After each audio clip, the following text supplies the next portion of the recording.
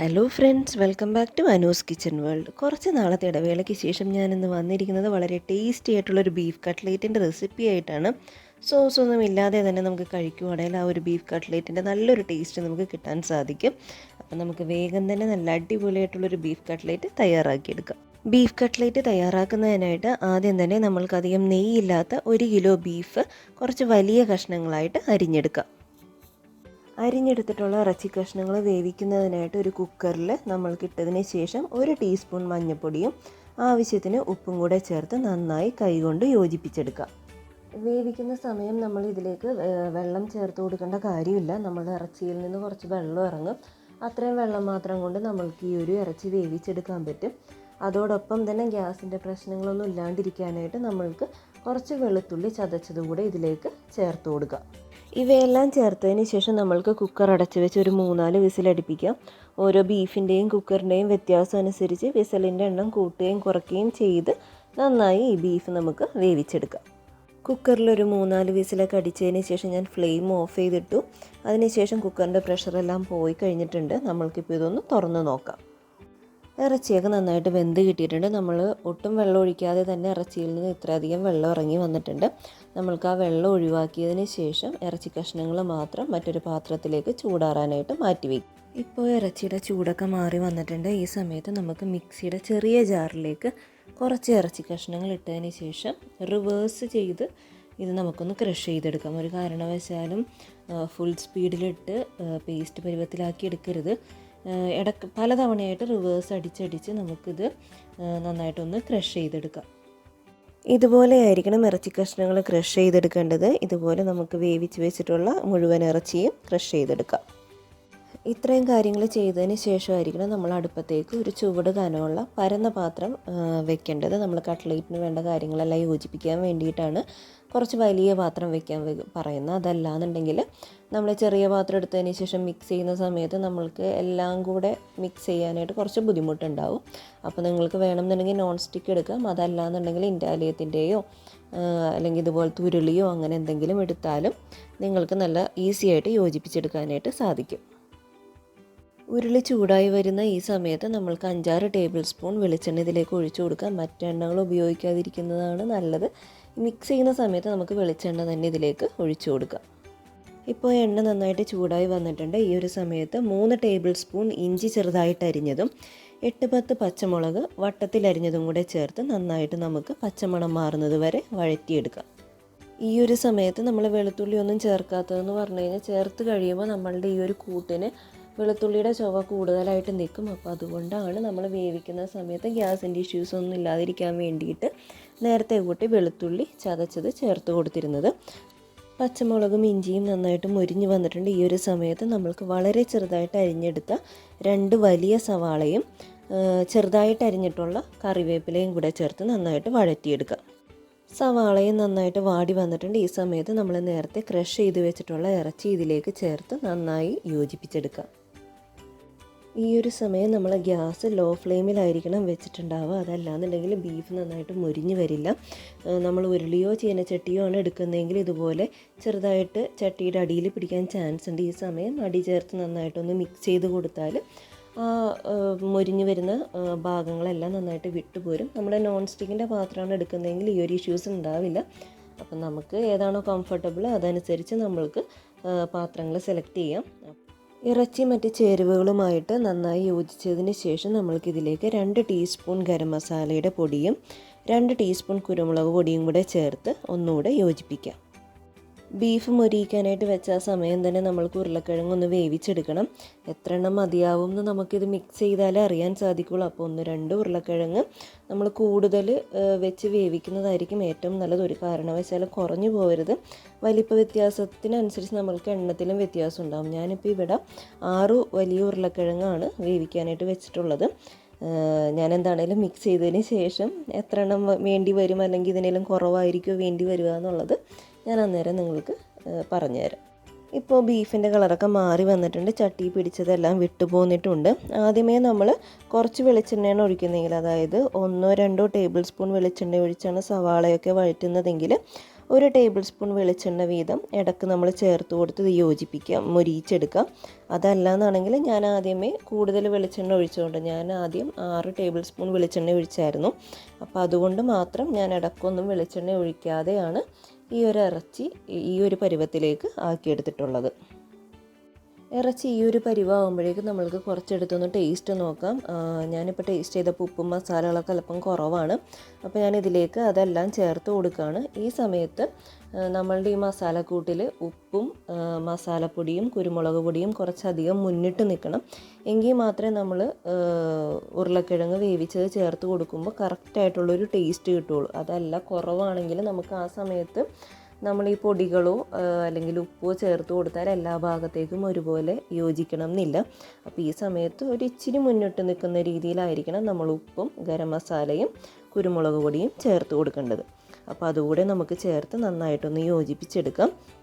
ഇറച്ചി ഒരുപാട് അങ്ങോട്ട് മൊരിഞ്ഞ് ഇതായി പോകരുത്. കുറച്ച് സോഫ്റ്റായിട്ട് നിൽക്കുന്ന സമയത്ത് തന്നെ നമ്മൾ സ്റ്റവ് ഓഫ് ചെയ്യണം. ചൂടാറി വരുമ്പോൾ ഇതൊന്നും കൂടെ ക്രിസ്പാകും. അപ്പോൾ അതുകൊണ്ട് നമ്മൾ ഒരുപാട് മൊരിയിച്ചിട്ടാണ് ഫ്ലെയിം ഓഫ് ചെയ്യുന്നതെങ്കിൽ പിന്നീട് ഇത് തണുക്കുമ്പോഴേക്കും ഭയങ്കര മൊരിപ്പായി പോകും. അപ്പോൾ അങ്ങനെ ഇല്ലാണ്ടിരിക്കാനായിട്ട് കുറച്ച് സോഫ്റ്റായിട്ടിരിക്കുന്ന സമയത്ത് തന്നെ നമ്മൾ സ്റ്റവ് ഓഫ് ചെയ്യുക. അതിനുശേഷം ഇത് ചൂടാറാനായിട്ട് മാറ്റി വയ്ക്കുക. നേരത്തെ തയ്യാറാക്കി വെച്ച കട്ട്ലേറ്റിൻ്റെ കൂട്ട് തണുത്ത് വന്നിട്ടുണ്ട്. അതേസമയം തന്നെ ഉരുളക്കിഴങ്ങ് വേവിച്ചതിന് ശേഷം തൊലിയൊക്കെ കളഞ്ഞ് ഞാൻ എടുത്ത് വെച്ചിട്ടുണ്ട്. ഈ ഒരു സമയത്ത് നമ്മൾക്ക് കട്ട്ലേറ്റിൻ്റെ മിക്സിലേക്ക് ഓരോ ഉരുളക്കിഴങ്ങായിട്ട് ചേർത്ത് നന്നായിട്ട് യോജിപ്പിച്ചെടുക്കാം. ഒരു കാരണവശാലും എല്ലാ ഉരുളക്കിഴങ്ങും കൂടെ ആദ്യം ഇട്ട് കൊടുക്കരുത്. അപ്പോൾ നമുക്ക് ഉരുളക്കിഴങ്ങ് കൂടിപ്പോയി കഴിഞ്ഞാൽ ഒന്നും ചെയ്യാൻ പറ്റില്ല. അപ്പോൾ അതുകൊണ്ട് ഒരു കാരണവശാലും ഒരുമിച്ച് ചേർക്കാതെ ഓരോന്ന് ഇട്ട് കൊടുത്ത് നന്നായിട്ട് കട്ടകളില്ലാതെ നന്നായിട്ട് ഉടച്ച് ചേർത്ത് നമ്മൾക്ക് ഈ കട്ട്ലേറ്റിൻ്റെ മിക്സിനോട് ചേർത്ത് കൊടുക്കാം. ഉരുളക്കിഴങ്ങും ഇറച്ചിയും കൂടെ നന്നായി തന്നെ യോജിപ്പിച്ചെടുക്കണം. കഷ്ണങ്ങളായിട്ട് ഒരു കാരണവശാലും ഉരുളക്കിഴങ്ങ് കിടക്കരുത്. അപ്പോൾ നമ്മൾ കടിക്കുന്ന സമയത്ത് വലിയ ടേസ്റ്റ് ഉണ്ടാവണമെന്നില്ല. നന്നായി യോജിപ്പിച്ചെങ്കിൽ മാത്രമേ നമ്മളുടെ കട്ട്ലേറ്റിന് അതനുസരിച്ചുള്ള ടേസ്റ്റും ഉണ്ടാവുകയുള്ളൂ. ഉരുളക്കിഴങ്ങ് കൂടിപ്പോയാലും കുറഞ്ഞു പോയാലും നമ്മൾ എണ്ണയിലേക്ക് ഇട്ട് കഴിഞ്ഞ് കഴിഞ്ഞാൽ കട്ട്ലേറ്റ് പൊട്ടിപ്പോവും. അപ്പോൾ അതുകൊണ്ട് ഈ സമയത്ത് നമ്മൾ യോജിപ്പിക്കുന്നതനുസരിച്ചായിരിക്കും നമ്മളുടെ കട്ട്ലേറ്റിൻ്റെ ഭംഗിയും രുചിയും ഉണ്ടാവുക. അപ്പോൾ കൈ കൊണ്ട് തന്നെ നന്നായി യോജിപ്പിക്കുക. ചെറിയ ചെറിയ കട്ടകളെല്ലാം ഉടച്ചു കൊടുത്ത് ഇറച്ചിയും ഉരുളക്കിഴങ്ങും നല്ല രീതിയിൽ യോജിച്ച് വരുന്നത് വരെ മിക്സ് ചെയ്തുകൊണ്ടേയിരിക്കുക. ഞാൻ 6 ഉരുളക്കിഴങ്ങാണ് വേവിച്ചിട്ടുണ്ടായിരുന്നത്. അപ്പോൾ 5 എണ്ണം ചേർത്ത് ഞാൻ മിക്സ് ചെയ്ത് നോക്കിയപ്പോൾ ഭയങ്കര ഹാർഡായിട്ടാണ് ഇരുന്നേച്ചത്. ഷേപ്പ് ചെയ്യാൻ നോക്കിയപ്പോഴും സൈഡെല്ലാം പൊട്ടി പോകുന്നുണ്ടായിരുന്നു. അപ്പോൾ അതുകൊണ്ട് ഞാൻ 6ാമത്തെ ഉരുളക്കിഴങ്ങും കൂടെ ചേർത്ത് എല്ലാ ഭാഗത്തേക്കും നല്ല രീതിയിൽ യോജിപ്പിച്ചെടുത്തപ്പോഴാണ് ഈ ഒരു സോഫ്റ്റ് ആയിട്ടുള്ള മിശ്രിതം നമുക്ക് കിട്ടിയത്. ഇതിപ്പോൾ നമ്മൾ ഉരുളക്കിഴങ്ങ് കൂടുതലാണെന്ന് മനസ്സിലാക്കുന്നത് നമ്മൾ കയ്യിൽ ഷേപ്പ് ചെയ്യാൻ എടുക്കുമ്പോൾ കൈ ഭയങ്കരമായിട്ട് ഒട്ടുന്നുണ്ടാകും. അങ്ങനെയാണ് ഉരുളക്കിഴങ്ങ് കൂടിയിട്ടുണ്ടെന്ന് മനസ്സിലാക്കുക. അപ്പോൾ അതിൻ്റെ രണ്ടിൻ്റെയും നടുക്കുള്ള പരുവത്തിലായിരിക്കണം നമ്മൾ നിർത്തേണ്ടത്. അതായത് കയ്യിലൊട്ടുന്നില്ല, എന്നാൽ നമ്മൾ ഷേപ്പ് ചെയ്യുന്ന സമയത്ത് സൈഡൊന്നും പൊട്ടി പോകുന്നില്ല. ആ ഒരു പരുവത്തിലേക്ക് നമ്മൾ നല്ല രീതിയിൽ മിക്സ് ചെയ്ത് എടുത്തെങ്കിൽ മാത്രമേ നമ്മളുടെ കട്ട്ലേറ്റ് നല്ല ടേസ്റ്റ് ഉണ്ടാവുള്ളൂ. ഇപ്പം ഞാൻ ആ ഒരു പരുവത്തിലാണ് എടുത്തിട്ടുള്ളത്. വെള്ളമായിട്ട് പോയിട്ടുമില്ല, എന്നാൽ നമുക്ക് ഷേപ്പ് ചെയ്യുമ്പോൾ പൊട്ടിപ്പോകുന്നുമില്ല. ആ ഒരു പരുവത്തിലാവുമ്പോൾ നമ്മൾക്ക് ഇത് ഷേപ്പുകളാക്കി എടുക്കാനായിട്ട് തുടങ്ങാം. നിങ്ങളുടെ ഓരോരുത്തരുടെ ഇഷ്ടാനുസരണം ഏത് ഷേപ്പിൽ വേണമെങ്കിലും നമ്മൾക്കിത് ഉണ്ടാക്കിയെടുക്കാം. ഓവൽ ഷേപ്പിലോ അല്ലെങ്കിൽ റൗണ്ട് ഷേപ്പിലോ കട്ട്ലേറ്റ് ഫിംഗേഴ്സായിട്ടോ അല്ലെങ്കിൽ എന്തെങ്കിലും മോൾഡ് ഏതെങ്കിലും ഷേപ്പിലുള്ള മോൾഡ് ഉണ്ടെന്നുണ്ടെങ്കിൽ അങ്ങനെ വേണമെങ്കിലും നിങ്ങൾക്ക് ഉണ്ടാക്കിയെടുക്കാൻ സാധിക്കും. ഇപ്പോൾ ഞാനിപ്പോൾ ഈ ഷേപ്പിൽ എനിക്ക് 1 കിലോ ബീഫിൽ നിന്ന് 26 കട്ട്ലേറ്റാണ് ഉണ്ടാക്കിയെടുക്കാൻ പറ്റിയിട്ടുള്ളത്. ഞാനപ്പോൾ 26 എണ്ണവും ഇപ്പോൾ വറക്കുന്നില്ല എന്നാണെങ്കിൽ നമ്മൾക്ക് ആവശ്യാനുസരണം എടുത്തതിന് ശേഷം ബാക്കിയുള്ളത് ഒരു എയർ ടൈറ്റ് ആയിട്ടുള്ള ബോക്സിൽ എടുത്ത് വെച്ച് ഫ്രീസറിൽ എടുത്ത് വെക്കുവാണെങ്കിൽ നമ്മൾക്ക് ഒരാഴ്ച വരെ ഇത് കേടുകൂടാതെ എപ്പോൾ വേണമെങ്കിലും നമ്മൾക്ക് എടുത്ത് എണ്ണയിൽ പൊരിച്ചെടുക്കാൻ സാധിക്കും. അപ്പോൾ അതുകൂടെ നമ്മൾ നോക്കിയിട്ടായിരിക്കണം നമ്മൾ ചെയ്യേണ്ടത്. എന്താണെന്ന് വെച്ചാൽ ഒരുപാട് ഉണ്ടാക്കി വെച്ചതിന് ശേഷം ഒരാഴ്ചയ്ക്ക് ശേഷവും എടുത്ത് യൂസ് ചെയ്യാൻ നിൽക്കരുത്. ഒരാഴ്ചക്കുള്ളിൽ നമ്മളത് യൂസ് ചെയ്ത് തീർക്കാം. അതല്ലാന്നാണെങ്കിൽ ഒരുപാട് പേരുണ്ടെന്നാണെങ്കിൽ ഇപ്പോൾ തന്നെ നമ്മൾക്കിത് വറുത്തെടുക്കാനും സാധിക്കും. ഇനി നമുക്ക് കട്ട്ലേറ്റ് വറുക്കാനായിട്ട് തുടങ്ങാം. ഈ ഒരു സമയത്ത് ഒരു ബൗളിലേക്ക് നമുക്ക് 2 മുട്ട പൊട്ടിച്ചതിന് ശേഷം നന്നായിട്ട് മിക്സ് ചെയ്ത് വെക്കാം. അതുപോലെ തന്നെ ഒരു പ്ലേറ്റിലേക്ക് ബ്രെഡ് ക്രംസോ അല്ലെങ്കിൽ റസ്ക് പൊടിച്ചതോ നമുക്ക് എടുക്കാം. ഞാനിപ്പോൾ ഇവിടെ എടുത്തിരിക്കുന്നത് റസ്ക് ആണെങ്കിൽ കുറച്ചും കൂടെ ക്രിസ്പിനെസ് കൂടുതലായിരിക്കും. ബ്രെഡാണെങ്കിൽ ഒരു ചെറിയൊരു സോഫ്റ്റ്നെസ് ഉണ്ടാകും. അപ്പോൾ അത് നിങ്ങൾക്ക് ഏതാണോ വേണ്ടതെന്ന് വെച്ചാൽ അത് തിരഞ്ഞെടുക്കാം. പിന്നെ നമ്മളിത് പൊടിച്ചെടുത്തതിന് ശേഷം മുഴുവനായിട്ട് നമ്മൾ ഈ പ്ലേറ്റിലേക്ക് ഇട്ട് കൊടുക്കരുത്. നമ്മൾ പൊടിച്ച് വെച്ചതിൻ്റെ ഭാഗം മാത്രം ആദ്യം ഇട്ട് കൊടുക്കുക. അതിനുശേഷം തീർന്നു കഴിയുമ്പോൾ നമ്മൾ കോട്ട് ചെയ്യുന്ന സമയത്ത്, കട്ട്ലേറ്റ് കോട്ട് ചെയ്യുന്ന സമയത്ത് ഇത് പോരാഴിക തോന്നുന്ന സമയത്ത് മാത്രം കുറേശ്ശെയായിട്ട് ഈ ബ്രെഡ് ക്രംസോ അല്ലെങ്കിൽ റസ്കിൻ്റെ പൊടിയോ ഇട്ട് കൊടുത്ത് ചെയ്തെടുക്കുക. അതല്ലാന്നാണെങ്കിൽ ഈ റസ്ക് പൊടിയെല്ലാം നന്നായിട്ട് ഇങ്ങനെ കട്ടയായിട്ടിരിക്കും. നമ്മൾ ആദ്യമൊക്കെ ചെയ്തു വരുന്ന കട്ട്ലേറ്റുകളെല്ലാം നല്ലതായിരിക്കും. പിന്നീട് ചെയ്തു വരുന്നതെല്ലാം ഇങ്ങനെ കട്ട പിടിച്ച് അവിടെ ഇവിടെയൊക്കെ ആയിട്ട് റസ്ക് പൊടി ഇരിക്കും. അതില്ലാണ്ടിരിക്കാൻ വേണ്ടിയിട്ടാണ് കുറേശ്ശെയായിട്ട് നമ്മൾ ഈ പ്ലേറ്റിലേക്ക് ഇട്ട് കൊടുക്കുന്നത്. കട്ട്ലേറ്റ് എല്ലാം നന്നായിട്ട് കോട്ട് ചെയ്തെടുത്തിട്ട് ഇനി നമ്മൾക്കിതൊന്ന് വറുത്തെടുക്കാം. അതിനായിട്ട് ഒരു ചീനച്ചട്ടിയിലേക്ക് വറുത്ത് കോരുന്നതിന് ആവശ്യമായിട്ടുള്ള സൺഫ്ലവർ ഓയിൽ നമ്മൾക്ക് ഒഴിച്ചു കൊടുത്ത് ചൂടാക്കിയെടുക്കാം. എണ്ണ നന്നായി ചൂടായി വന്നിട്ടുണ്ട്. ഈ ഒരു സമയത്ത് നമ്മൾക്ക് ഓരോ കട്ട്ലേറ്റായിട്ട് ഈ എണ്ണയിലേക്ക് ഇട്ട് കൊടുക്കാം. പ്രത്യേകം ശ്രദ്ധിക്കുക, നമ്മളുടെ ഗ്യാസ് ഈ സമയത്ത് മീഡിയം അല്ലെങ്കിൽ ലോ ഫ്ലെയിമിലായിരിക്കണം ഇട്ടിട്ടുണ്ടാവുക. നമ്മൾ ഈ ഓരോ കട്ട്ലേറ്റ് ഇട്ടതിന് ശേഷം അപ്പോൾ തന്നെ മറിച്ച് കൊടുക്കാനും ശ്രമിക്കരുത്. അങ്ങനെ ചെയ്യുമ്പോൾ കട്ട്ലേറ്റ് പൊട്ടിപ്പോകാനുള്ള ചാൻസ് കൂടുതലാണ്. ആ ഒരു സൈഡിൽ തന്നെ കുറച്ച് സമയം കിടക്കട്ടെ. അതിനുശേഷം നമ്മൾക്ക് മറിച്ചിടാനായിട്ട് എടുക്കാം. അതോടൊപ്പം തന്നെ ഒരേ തീയിൽ വെച്ചിട്ടായിരിക്കണം ഈ ഒരു സെറ്റ് കട്ട്ലേറ്റ് നമ്മൾ വറുത്തെടുക്കേണ്ടത്. അതായത് ആദ്യം ഇട്ട സെറ്റ് ആ ഒരു ഫ്ലെയിമിൽ, ഇപ്പോൾ മീഡിയം ഫ്ലെയിമിലാണെങ്കിൽ ഫുൾ ടൈം മീഡിയം ഫ്ലെയിമിൽ വെച്ചിട്ടായിരിക്കണം ഇത് കോരി എടുക്കുന്നത് വരെ നമ്മൾ ചെയ്യേണ്ടത്. അതല്ലാന്നാണെങ്കിൽ ഇടയ്ക്കിടയ്ക്ക് കൂട്ടിയും കുറച്ചും കൊടുത്തു കഴിഞ്ഞ് കഴിഞ്ഞാൽ നമ്മളുടെ കട്ട്ലേറ്റ് ഉള്ളു വേവാതെയും അല്ലെങ്കിൽ പുറം ഭാഗം പെട്ടെന്ന് കറുത്ത് വരാനൊക്കെ സാധ്യത കൂടുതലാണ്. അപ്പോൾ അതില്ലാണ്ടിരിക്കാനായിട്ട് ഒരേ ഫ്ലെയിമിൽ വെച്ചിട്ടായിരിക്കണം നമ്മൾ ഈ ഒരു കട്ട്ലേറ്റ് പ്രോസസ്സ് മുഴുവൻ ചെയ്തെടുക്കേണ്ടത്. ഒരു സൈഡ് ചെറുതായിട്ട് നിറം മാറി വരുമ്പോൾ നമുക്ക് സാവധാനം മറിച്ചിട്ട് കൊടുക്കുക. 2 സ്പൂൺ എടുത്തോ അല്ലെങ്കിൽ നമ്മൾക്ക് എങ്ങനെയാണോ മറിച്ചിടാൻ കംഫർട്ടബിൾ ആയിട്ടുള്ളത് ആ ഒരു രീതിയിലായിരിക്കണം. എത്ര സ്പൂൺ എടുത്താലും പൊട്ടിപ്പോവാതെ അത് മറിച്ചിടാനായിട്ട് നമുക്ക് ശ്രമിക്കണം. അതുപോലെ തന്നെ 2 തവണയായിട്ട് അങ്ങോട്ടും ഇങ്ങോട്ടും മറിച്ചിട്ടിട്ടായിരിക്കണം നമ്മളുടെ കട്ട്ലേറ്റ് പാകമാക്കിയെടുക്കാനായിട്ട്.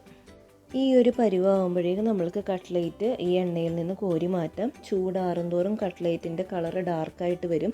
അപ്പോൾ നമ്മൾ കുറച്ചും കൂടെ ഡാർക്കായാൽ കാണാനൊക്കെ ഒരു ഭംഗി ഉണ്ടാവുള്ളൂ എന്ന് വിചാരിച്ചിട്ട് ചെയ്യാൻ നിന്ന് കഴിഞ്ഞാൽ ചൂടാറും തോറും ഇതിൻ്റെ കളർ കൂടി വരുമ്പോൾ അത് കരിഞ്ഞ പോലെ ആയിപ്പോകും. അപ്പോൾ ഈ ഒരു സമയമാകുമ്പോഴേക്കും നമ്മൾക്ക് കോരി മാറ്റാം.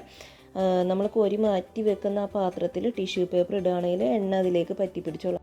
കട്ട്ലേറ്റ് എല്ലാം നല്ല അടിപൊളിയായിട്ട് വന്നിട്ടുണ്ട്. എല്ലാവരും ട്രൈ ചെയ്ത് നോക്കണം. ബീഫ് വേവിച്ച് കട്ട്ലേറ്റ് ഉണ്ടാക്കുന്നതും മൊരിയിച്ചിട്ട് കട്ട്ലേറ്റ് ഉണ്ടാക്കുന്നതും തമ്മിൽ നല്ല ടേസ്റ്റ് വ്യത്യാസമുണ്ട്. അപ്പോൾ എല്ലാവരും ട്രൈ ചെയ്തിട്ട് ഇഷ്ടപ്പെടുവാണെങ്കിൽ കമൻ്റായിട്ട് എന്നെ അറിയിക്കാനും മറക്കരുത്. അപ്പോൾ അടുത്തൊരു വീഡിയോ ആയിട്ട് വേഗം തന്നെ ഞാൻ വരുന്നതായിരിക്കും. Thank you for watching.